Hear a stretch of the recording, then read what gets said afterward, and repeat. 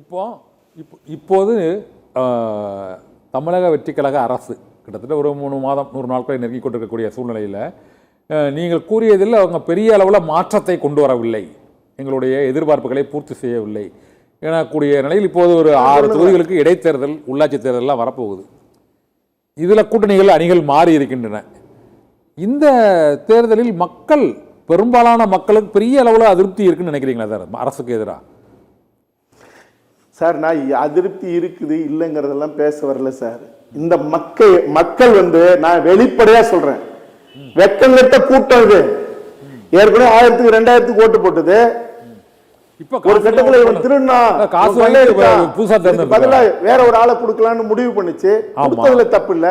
உன் தொகுதியில எவன் எம்எல்ஏவா நின்னான்னு கூட தெரியாம ஜெயிச்சதுக்கு அப்புறம் என் தொகுதியில யாருக்கு ஓட்டு போட்டோன்னு தேடுற கூட்டம் உலகத்துல எங்கேயாவது இருக்கா? இங்கதான் இருக்கு.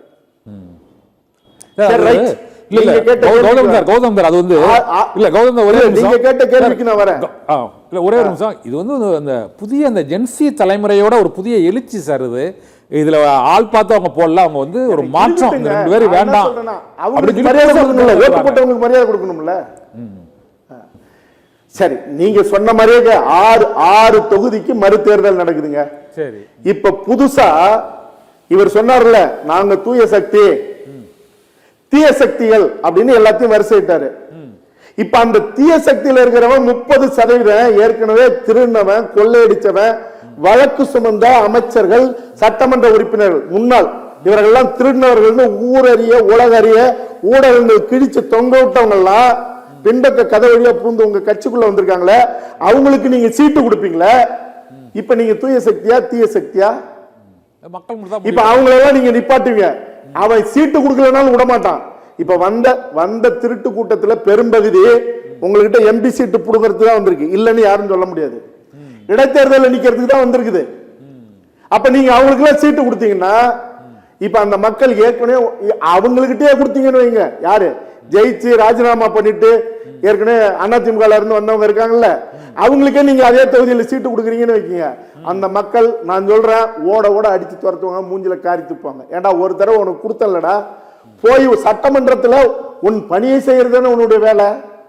அதை விட்டுட்டு உடனே அதை கீழ்ச்சி போட்டு நீ உனக்கு கொள்ளையடிக்கிறதுக்கும் திருடுறதுக்கும் ஆள்ற கட்சி கூட உள்ள பூந்துக்கிட்டு திரும்ப வரிய வெக்கமா இல்ல? வெளியே போகணும் அவங்க சொன்னாதான் இவங்க தமிழ்நாட்டு மக்கள்.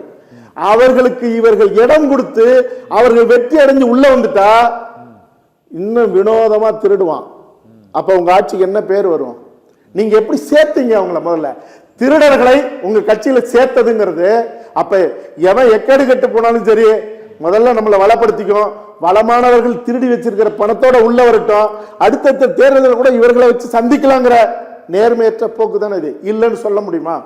இதுக்கு பாக்குறவங்களாவது பதில் சொல்லட்டும். ஓட்டு போட்டாங்க அவங்க சொல்லட்டும், அல்லது முதலமைச்சர் விஜய் அவர்கள் சொல்லட்டும். அதுக்கு பக்கத்துல இருக்காங்களா ஆதவ அர்ஜுனா, அறிஞர் அவர் என்ன புஷி ஆனந்த், அவங்க சொல்லட்டும். எல்லாத்தையும் கூட்டுட்டு வந்து அவர்கிட்ட கூட நீங்களே சேர்த்துக்கிட்டு இருக்கீங்களே திருட்டு கூட்டத்தை. மறுபடியும் படுவாதாரத்தில் தள்ளுறதுக்கா? கௌதம் சார், அது மக்கள் இந்த தேர்தலில் நீங்கள் கூறியபடி என்ன முடிவு எடுக்கிறார்கள் என்று பார்க்கலாம். உங்களோட நிறைவா ஒரே ஒரு கேள்வி, நீங்கள் ஒரு இயக்குநராகவும் மக்கள் இருக்கிறீங்க, பொதுவாக ஒரு தமிழ் பேரரசு கட்சியோட தலைவராகவும் மக்கள் மனதை அறிஞ்சிருக்கீங்க. இப்போது புதிதாக உருவாகியுள்ள இந்த தமிழக வெற்றி கழகத்துக்கான ஒரு புதிய வாக்கு வங்கி, இளைஞர்கள் மற்றும் பெண்கள் அடங்கிய ஒரு பெரிய வாக்கு வங்கியானது நிலை பெறுமா? திமுக அதிமுக ஒரு வாக்கு வங்கி இருக்கு, அதுக்கு எதிர்ப்பு வாக்கு வங்கி ஒரு வங்கி இருக்கு. அந்த வாக்கு வங்கி இவங்க இவங்களுக்கு கிடைச்சிருக்கு தாவேக்காவுக்கு. இது அப்படியே நிலை பெறுமா அல்லது இது சிதறிடும்னு நினைக்கிறீங்களா இந்த வாக்கு வங்கியானது? அதாவது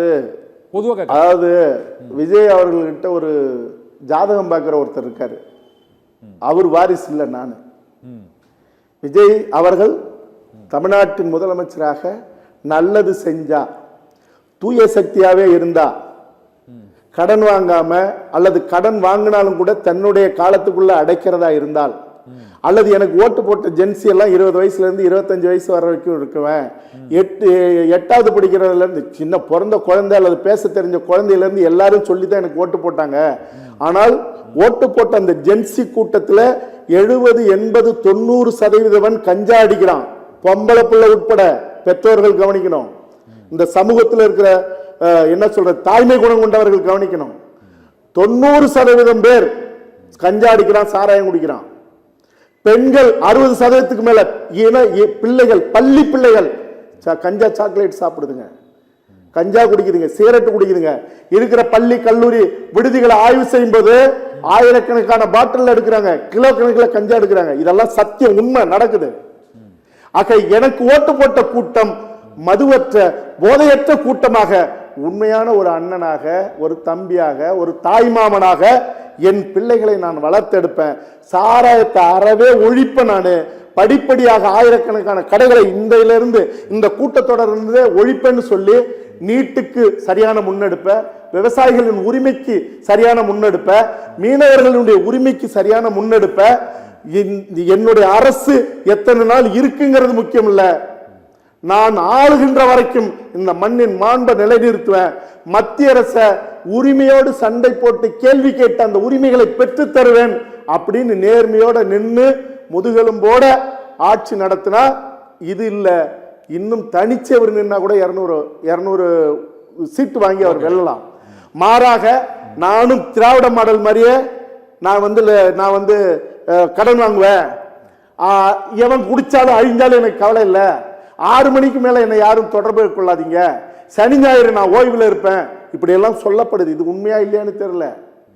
நண்பர் சகோதரர் முதலமைச்சர் விஜய் அவர்களுக்கு சொல்றேன், சினிமாக்காரங்களே மொத்தமும் கொண்டு வந்து ஆட்சியில் குவிக்காதீங்க.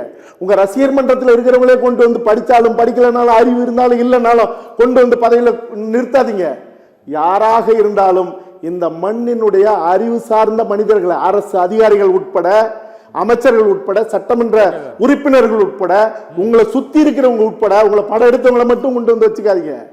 அறிவு சார்ந்த மனிதர்களை இந்த மண்ணின் வளத்தை பெருக்க நீங்க தெளிவா முன்னெடுத்து பரந்த மனதோட முடிஞ்சா 24 மணி நேரம் யாருக்கும் கிடைக்காத ஒரு பதவி, ஒரு உச்சம் உங்களுக்கு கிடைச்சிருக்கு. இதோட சேர்த்து நீங்க இன்னும் என்னென்னவோ சொல்றாங்க, அதெல்லாம் இல்ல, உங்களுக்கு ஒரு வாழ்த்து சொல்லிக்கிறேன் இந்த நேரத்தில். உங்கள் மகன் உங்களை பற்றி பெருமையா பேசுனது மகிழ்ச்சியா இருந்தது. உங்கள் மனைவி அந்த வழக்கை வாபஸ் வாங்கினது மகிழ்ச்சியா இருந்தது. குடும்பத்தோட தமிழர் குடும்பங்களை வாழ வைக்கிறதுக்கு நீங்க ஒவ்வொரு நொடியும் நீங்க யோசனை பண்ணி அந்த ஆட்சியை நடத்தினா உங்கள் குடும்பம் மட்டுமல்ல, ஒட்டுமொத்த உலகம் முழுக்க வாழ்கிற தமிழர் குடும்பங்களை கொண்டாடும். மாறாக இதே நிலை நீடித்து இதெல்லாம் தொடர்ந்ததுன்னா எல்லாமே கேள்வி.